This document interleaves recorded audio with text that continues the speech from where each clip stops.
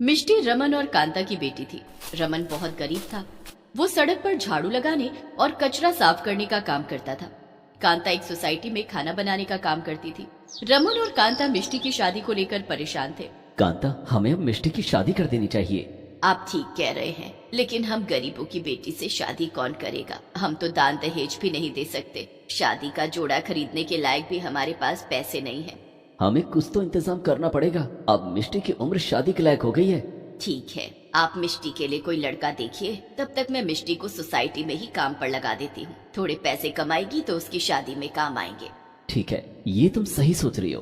कांता दूसरे दिन मिष्टी को भी अपने साथ सोसाइटी ले जाती है और उसे एक घर में काम दिला देती है। मिष्टी अब उस घर में खाना बनाने और बर्तन धोने का काम करने लगती है। धीरे धीरे समय बीत रहा था। सर्दियों का मौसम शुरू हो गया था। दिसंबर का महीना था। कड़ाके की ठंड पड़ रही थी। कांता, मैंने मिष्टी के लिए एक लड़का देखा है। कौन है वो? मेरे दोस्त विकास का बेटा है, नीरज। वो ऑटो चलाता है, हमसे ज्यादा कमाता है, हमारी मिष्टी को खुश रखेगा। ठीक है, लेकिन आपने लड़के वालों को बता दिया है ना कि हम दान दहेज नहीं दे सकेंगे। उसकी चिंता तुम मत करो, उन्हें दहेज नहीं चाहिए। विकास ने तो कहा है कि बस एक जोड़े में मिष्टी को ससुराल भेज दें। वो सब तो ठीक है, लेकिन आपको हमारी हालत का तो पता ही है। कम से कम उसे शादी में पहनने के लिए लहंगे का खर्च तो करना पड़ेगा। बाहर कड़ाके की ठंड पड़ रही है, बर्फबारी भी हो रही है। ऐसे में हमने मिष्टी की शादी की तो उसे कुछ गर्म कपड़े भी देने होंगे, नहीं तो ठंड के मारे उसकी तबीयत खराब हो जाएगी। क्या ये शादी गर्मियों में नहीं हो सकती? ठीक है, मैं विकास से बात करता हूँ।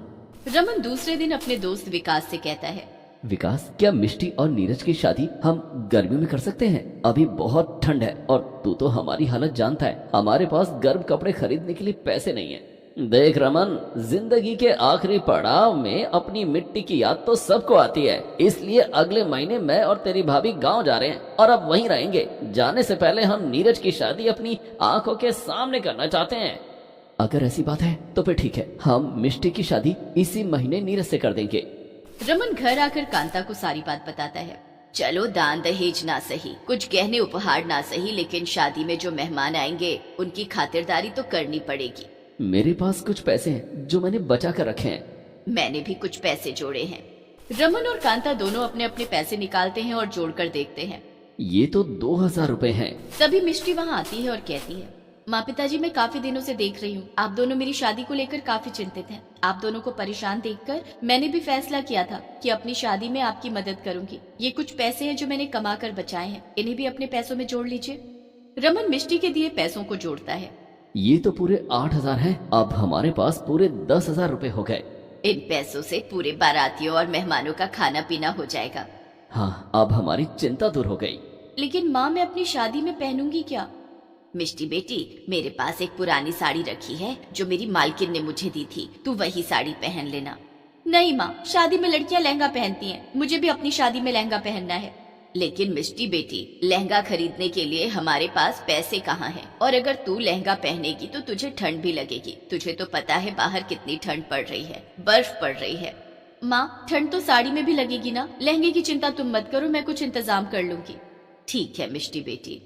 दूसरे दिन जब रमन सड़क पर झाड़ू लगाने जाता है तो पीछे से मिष्टी उसके पास आती है और कहती है, पिताजी, अगर आपको सड़क की सफाई करते समय कुछ बोरियां मिले तो उन्हें घर ले आना। ठीक है मिष्टी बेटी। रमन उस दिन सड़क की सफाई करता है, लेकिन उसे बोरियां नहीं मिलती हैं। उस दिन जब रमन सफाई करके घर आता है, पिताजी, आपको बोरियां मिली? नहीं बेटी, मुझे बोरियां नहीं मिली। मिष्टी मन ही मन सोचती है, लगता है मेरा लहंगा पहनने का सपना अधूरा रह जाएगा। मिष्टी उदास हो जाती है। दूसरे दिन वो काम पर जा रही थी, तभी उसकी नजर सोसाइटी के गार्डन में जाती है जहाँ सफाई वाला गार्डन की सफाई कर रहा था और सारी गंदगी एक बोरी में रख रहा था। मिष्टी उसके पास जाती है और कहती है, भैया, क्या आप ये बोरी मुझे दे दोगे? ये बोरी तुम्हें दे दिया तो कचरा किसमें उठाऊंगा, और तुम बोरी का क्या करोगी? भैया, मुझे इस बोरी की बहुत सख्त जरूरत है और साथ में एक और बोरी चाहिए। तुम कचरा उठाने के लिए दूसरी बोरी ले आओ। लेकिन मुझे समझ नहीं आ रहा कि तुम्हें बोरी क्यों चाहिए। क्या तुम्हें कहीं से गंदगी उठानी है? अगर ऐसा है तो मुझे बताओ, मैं गंदगी उठा दूंगा। नहीं नहीं भैया, मुझे ये बोरी गंदगी उठाने के लिए नहीं चाहिए। अगले हफ्ते मेरी शादी होने वाली है। मेरा बड़ा मन है कि मैं अपनी शादी में एक खूबसूरत सा गाउन पहनूं। हम लोग बहुत गरीब हैं, इसलिए गाउन नहीं खरीद सकते। मैं इन बोरियों का गाउन बनाऊंगी और अपनी शादी में पहनूंगी। बोरी का गाउन? हाँ भैया, ठंड बहुत पड़ रही है ना, इसलिए बोरी के गाउन में मुझे ठंड भी नहीं लगेगी। मिष्टी की बात सुनकर सफाई वाला भावुक हो जाता है और उसे 2 बोरियां लाकर दे देता है। मिष्टी दोनों बोरियां लेकर काम पर आ जाती है। बोरियों को देखकर उसकी मालकिन उससे कहती है, मिष्टी तू ये बोरियां लेकर क्यों आई है? मिष्टी अपनी मालकिन को सारी बात बताती है। लेकिन तू इन बोरियों का लहंगा बनाएगी कैसे? तेरे पास सिलाई मशीन है क्या? नहीं, सिलाई मशीन नहीं है। मैं इन्हें कैंची से काटकर सुई और धागे से सिल लूंगी। मेरे साथ इधर आ। मिष्टी मालकिन के साथ जाती है। मालकिन उसे एक बड़े से बक्से की चाबी देती है और उसे बक्सा खोलने के लिए कहती है। मिष्टी बक्सा खोलकर देखती है तो उसमें एक सिलाई मशीन रखी हुई थी। सिलाई मशीन देखकर मिष्टी बहुत खुश हो जाती है। ये सिलाई मशीन तू ले जा और अपना बोरी का गाउन इस पर सिल लेना। आपका बहुत बहुत धन्यवाद मालकिन। रुक मिष्टी, मेरे पास तेरे लिए कुछ और भी है। मिष्टी की मालकिन उसे जरी, गोटा और मोती सितारे लाकर देती है। मिष्टी तू इन जरी, गोटों और मोती सितारों से अपना गाउन सजा लेना। मिष्टी बोरी, सिलाई मशीन और सजावट का सामान लेकर घर आ जाती है और उस दिन से वो अपनी शादी के लिए बोरी का गाउन सिलने लगती है। ये तू क्या कर रही है मिष्टी? माँ, मैं अपनी शादी के लिए बोरी का गाउन सिल रही हूँ। बाहर कड़ाके की ठंड पड़ रही है, बोरी के गाउन में मुझे ठंड भी नहीं लगेगी। हमें माफ कर दे मिष्टी बेटी, हम तेरे लिए शादी का जोड़ा भी नहीं खरीद सकते। कोई बात नहीं माँ, मुझे शादी के जोड़े की कोई जरूरत भी नहीं है। मेरा गाउन सिलकर तैयार हो जाएगा, तब देखना शादी वाले दिन सब मुझे ही देखते रह जाएंगे। दिन रात कड़ी मेहनत करके मिष्टी अपना बोरी का गाउन सिलकर तैयार कर लेती है। वो अपने गाउन को जरी, गोटे और मोती सितारों से सजाती है। माँ देखो, मेरी बोरी का गाउन सिलकर तैयार हो गया। मिष्टी बेटी, ये तो सचमुच में बहुत सुंदर है। कुछ दिनों के बाद मिष्टी की शादी होने वाली थी। ठंड बढ़ती जा रही थी और वो दिन भी आ गया जब मिष्टी की शादी थी। उस दिन बर्फ की बारिश हो रही थी। ठंड के मारे सबका बुरा हाल हो रहा था। मिष्टी अपने बोरी के गाउन में शादी की रस्में पूरी करती है। उसमें मिष्टी को ठंड भी नहीं लग रही थी। बारात में आए सभी मेहमान मिष्टी का बोरी का गाउन देखते रह जाते हैं। ऐसा गाउन तो हमने पहले कभी नहीं देखा। हाँ, ये गाउन बेहद खूबसूरत और गर्म भी है। मिष्टी की शादी की रस्में हो रही थी, तभी एक बड़ी सी गाड़ी वहां आकर रुकती है और उसमें से एक आदमी बाहर निकलता है। वो आदमी मिष्टी की शादी पूरी होने का इंतजार करता है। शादी के बाद वो आदमी मिष्टी और नीरज के पास जाता है और कहता है, मेरा नाम आदित्य है। मैं आपका बोरी का गाउन देखकर यहाँ ठहरने पर मजबूर हो गया। ये गाउन आपने कहाँ से लिया? ये गाउन मैंने खुद बनाया है। आपका बोरी का गाउन बेहद खूबसूरत है। इस शहर में मेरी डिजाइनर कपड़ों की एक बुटीक है। मुझे अपने बुटीक के लिए बोरी की ऐसी ही गाउन चाहिए। क्या आप मेरे लिए ऐसे 10 गाउन बना देंगी? मैं एक गाउन के लिए पूरे 5,000 रुपए दूंगा। 10 गाउन और एक गाउन 5,000? हाँ, मैं आपका काम कर दूंगी। आदित्य मिष्टी को 50,000 रुपए देता है और वहाँ से चला जाता है। मिष्टी बहुत खुश हो जाती है। उसका बोरी का गाउन का आइडिया अब कामयाब होने वाला था। शादी के बाद वो ससुराल आ जाती है और बोरी के गाउन बनाने में लग जाती है। उसने बहुत जल्द बोरी के 10 गाउन बनाकर आदित्य को दे दिए। उसका बनाया हुआ बोरी का गाउन अब पूरे शहर में हाथों हाथ बिकने लगा और लोग उसकी डिमांड करने लगे। अब मिष्टी को और भी काम मिलने लगा, जिससे उसकी काफी अच्छी कमाई होने लगी। उसके आने से उसकी और नीरज की गरीबी दूर हो गई। मिष्टी अपने कमाए पैसों से अपने माता पिता की भी आर्थिक मदद करने लगी। मधु ने पहले ही दिन से हक जमाना शुरू कर दिया था। उसने पहले ही दिन ससुराल आते ही अपना कमरा देखकर कहा, अरे ये मेरा कमरा है क्या? ये तो बहुत छोटा है। मधु के पति सुरेश ने कहा, हाँ मधु, कुछ दिन थोड़ा रह लो इस कमरे में, उसके बाद मैं नया कमरा बना दूंगा। सुरेश के घर में 2 ही कमरा था। उसमें से अच्छा वाला कमरा उसने अपनी माँ बिमला को दिया था। वहाँ बिमला और उसकी बेटी मुन्नी रहते थे। मधु ने बिमला का कमरा देखते ही कहा, ये कमरा तो बहुत अच्छा है, मैं तो इसी कमरे में रहूंगी। बिमला ने कहा, ठीक है बहू, कोई बात नहीं, आज से ये कमरा तुम्हारा। मधु ने आते ही बिमला से उसका कमरा छीन लिया। मुन्नी ने बिमला के कान में कहा, माँ, भाभी ने तो आते ही रौब जमाना शुरू कर दिया है, हमसे हमारा कमरा भी छीन लिया भाभी ने। नहीं बेटी, ऐसा मत बोल, वो नई है, उसे तो अच्छा वाला कमरा चाहिए ही ना। माँ, आप ना बहुत भोली हो। बिमला सच में भोली थी। उसे ज्यादा पॉलिटिक्स समझ में नहीं आता था। वो दिल की अच्छी थी। मधु अपने कमरे में घुस गई और दरवाजा बंद कर दिया और फिर अपनी माँ को कॉल लगाया। हाँ माँ, आते ही अच्छा वाला कमरा ले लिया, जैसा आपने मुझे सिखाया था।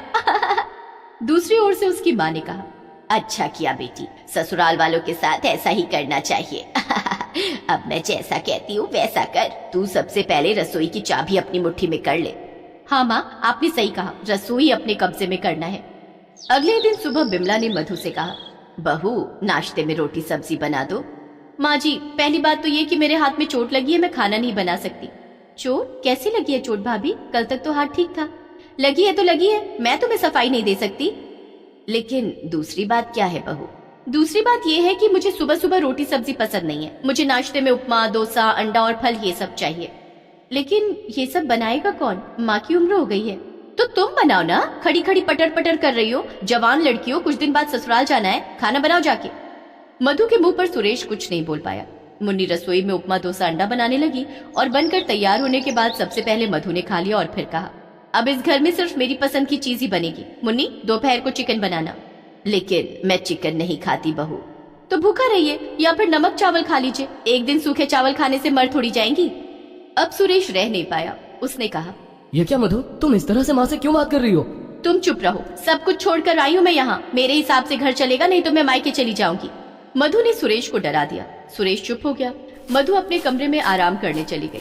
बिमला को शांति पसंद थी, इसीलिए उसने सुरेश से कहा, बेटा बहू को ज्यादा कुछ मत बोल, परेशान है बेचारी। मुन्नी बेटी, बहू जैसा कहती है वैसा ही कर। मुझे इस घर में कलेश नहीं चाहिए। माँ, मैं बता रही हूँ, ये भाभी अच्छी औरत नहीं है। एक दिन ये घर टूटेगा। आहिस्ते बोल, बहू सुन लेगी। मुन्नी को पता चल गया था कि मधु कैसे किस्म की औरत है और अगले कुछ ही दिनों में मधु ने सभी चीजों पर अपना हक जमा लिया। घर में कुछ भी हो, मधु से पूछकर उसी के हिसाब से करना पड़ता था, नहीं तो मधु बवाल खड़ा कर देती थी। घर में हर रोज कलेश होने लगा और मधु की माँ फोन में मधु को आइडिया देती रहती थी। मधु बेटी, सब कुछ तेरे हिसाब से ही चल रहा है ना? हाँ माँ, मैंने सभी को अपने वश में कर लिया है, आप चिंता मत कीजिए।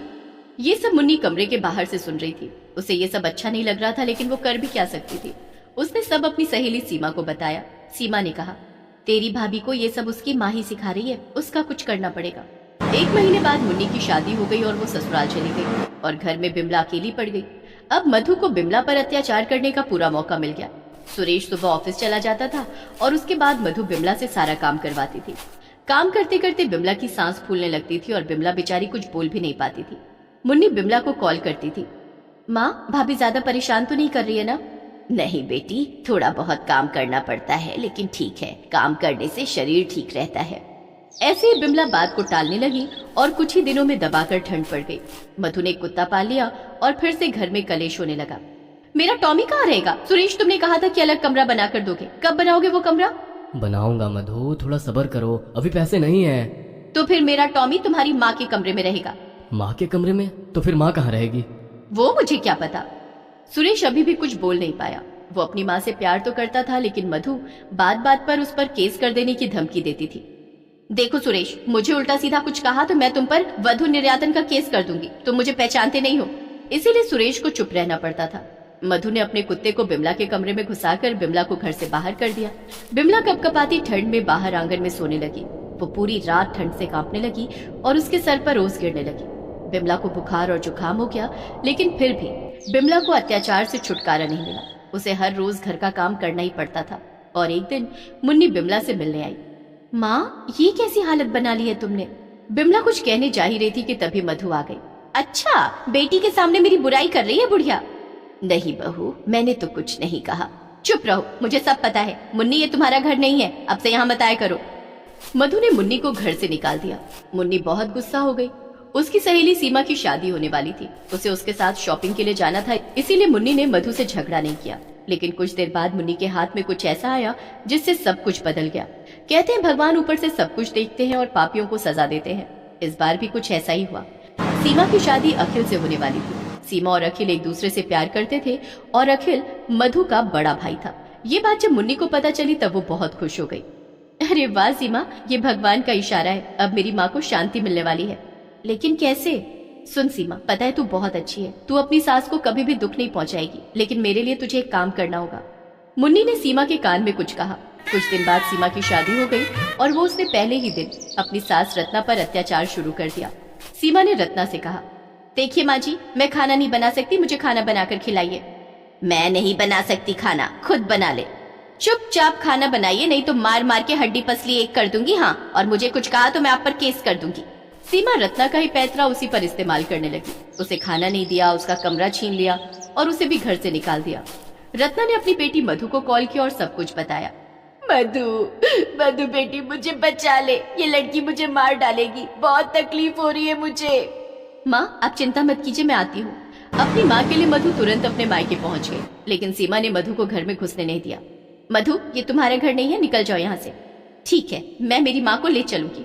खबरदार, बिल्कुल नहीं। ये बुढ़िया चली गई तो घर का काम कौन करेगा? तेरा बाप। लेकिन तुम मेरी माँ के साथ ये बर्ताव क्यों कर रही हो? मेरी माँ की उम्र हो गई है, इन्हें तकलीफ होती है। अच्छा, और तुम्हारी सास को तकलीफ नहीं होती है? तुम भी तो अपनी सास के साथ ऐसा ही बर्ताव करती हो ना। ये सुनकर मधु का सर नीचे झुक गया। तब वहां मुन्नी आई और बोली, भाभी, आपकी सास भी मेरी माँ है, आपने उनके साथ क्या क्या नहीं किया। और आप रत्ना जी खुद माँ होकर अपनी बेटी से ये सब करवा रही थी। देखा ना, खुद के साथ अगर ऐसा हो तो कैसा लगता है। मुझे माफ कर दो, मुझे सब समझ में आ गया है। मुझे भी माफ कर दो मुन्नी, मैं बेवकूफ थी। मैं अब से और ऐसा नहीं करूंगी। मैं माँ जी से माफी मांग लूंगी। मधु ने लौटकर बिमला से माफी मांग ली। बिमला ने मधु को गले लगाया। मधु ने अच्छा वाला कमरा बिमला को दे दिया। खुद हर रोज खाना बनाने और काम करने लगी। सीमा ने भी कभी भी अपनी सास को परेशान नहीं किया और ऐसे ही सब कुछ ठीक हो गया। सास बहू का रिश्ता अटूट हो गया।